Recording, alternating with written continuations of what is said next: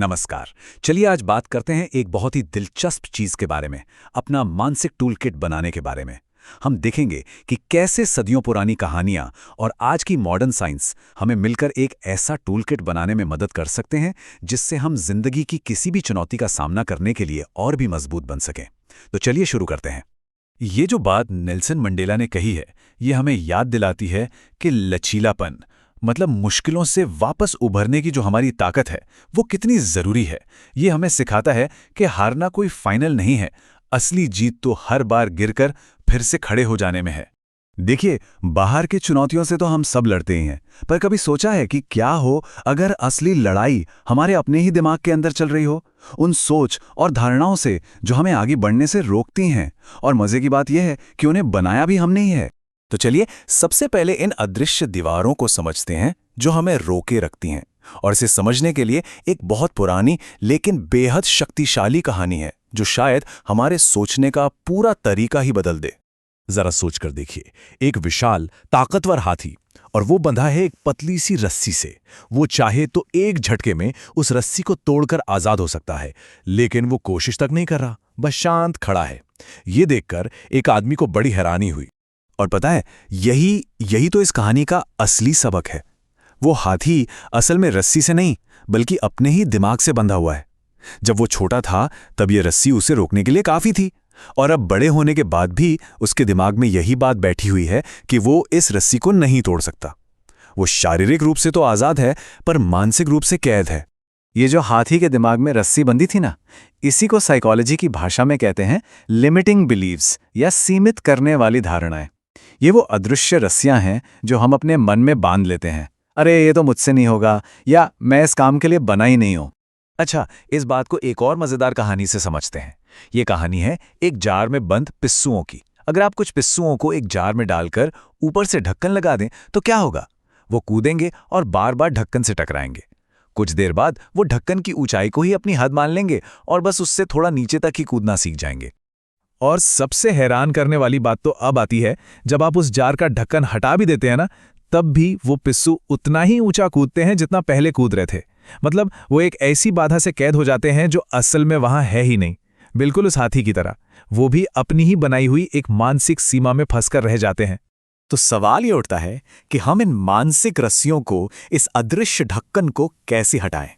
हमारा पहला टूल है नजरिया, या कह लीजिए पर्सपेक्टिव। मतलब हम किसी भी सिचुएशन को देखते कैसे हैं।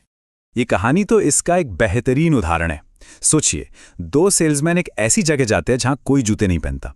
एक कहता है, अरे ये तो बहुत बेकार मार्केट है, यहां तो कोई जूते नहीं पहनता।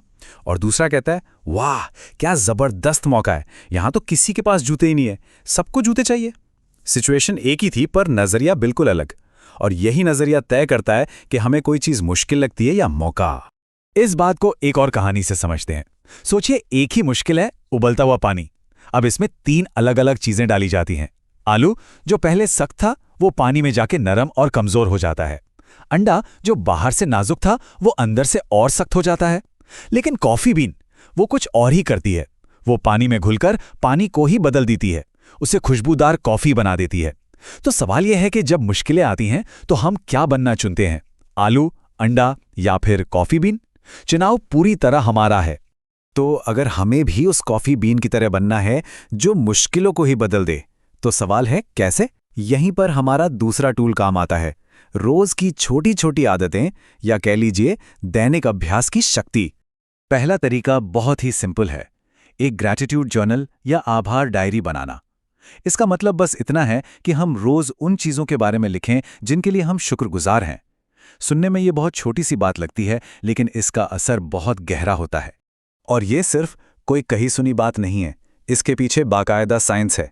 स्टडीज में पाया गया है कि जो लोग रोज आभार व्यक्त करते हैं वो ज्यादा आशावादी होते हैं, उनकी नींद की क्वालिटी बेहतर होती है और वो अपने पर्सनल गोल्स की तरफ ज्यादा तेजी से आगे बढ़ते हैं।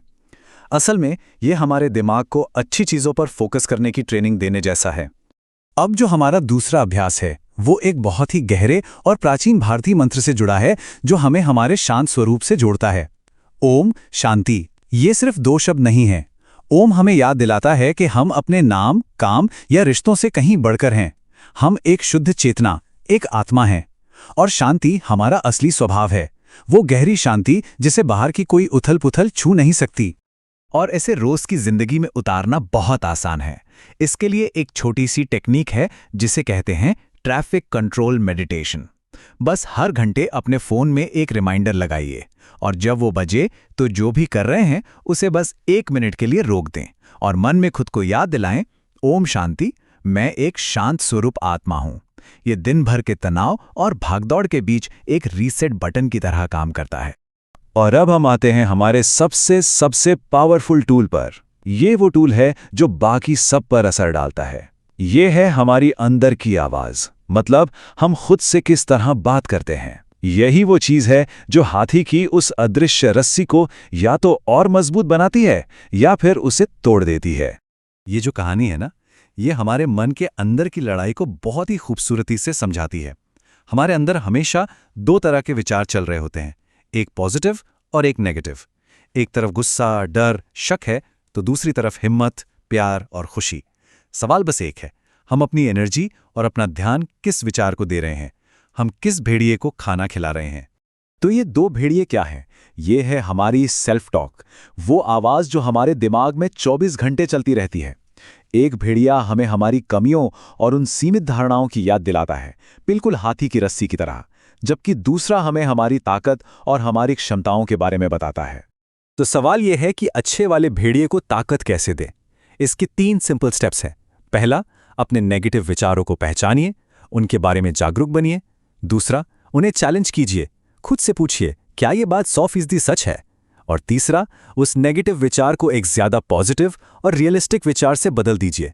जैसे मैं ये कभी नहीं कर पाऊंगा की जगह ये सोचना कि मैं कोशिश कर रहा हूं और धीरे धीरे बेहतर हो जाऊंगा। तो अब तक हमने 3 जबरदस्त टूल्स के बारे में बात की।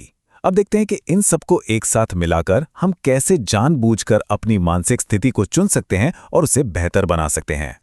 तो देखिए, ये सब कुछ एक साथ मिलकर काम करता है। आपका नजरिया ये तय करता है कि आप मौका देखते हैं या मुश्किल। आपकी रोज की आदतें जैसे आभार जताना आपके दिमाग को पॉजिटिविटी के लिए ट्रेन करती हैं और आपकी सेल्फ टॉक ये तय करती है कि आपकी एनर्जी किस दिशा में जाएगी। ये तीनों मिलकर आपको अपनी अंदर की दुनिया को संवारने की ताकत देते हैं। तो आखिर में सब कुछ बस एक ही सवाल पर आके रुक जाता है। हर पल, हर दिन हमारे पास ये मौका होता है कि हम चुनें कि हमें अपने अंदर की किस आवाज को ताकत देनी है, किस भेड़िए को खाना खिलाना है। तो आज आप किसे चुन रहे हैं?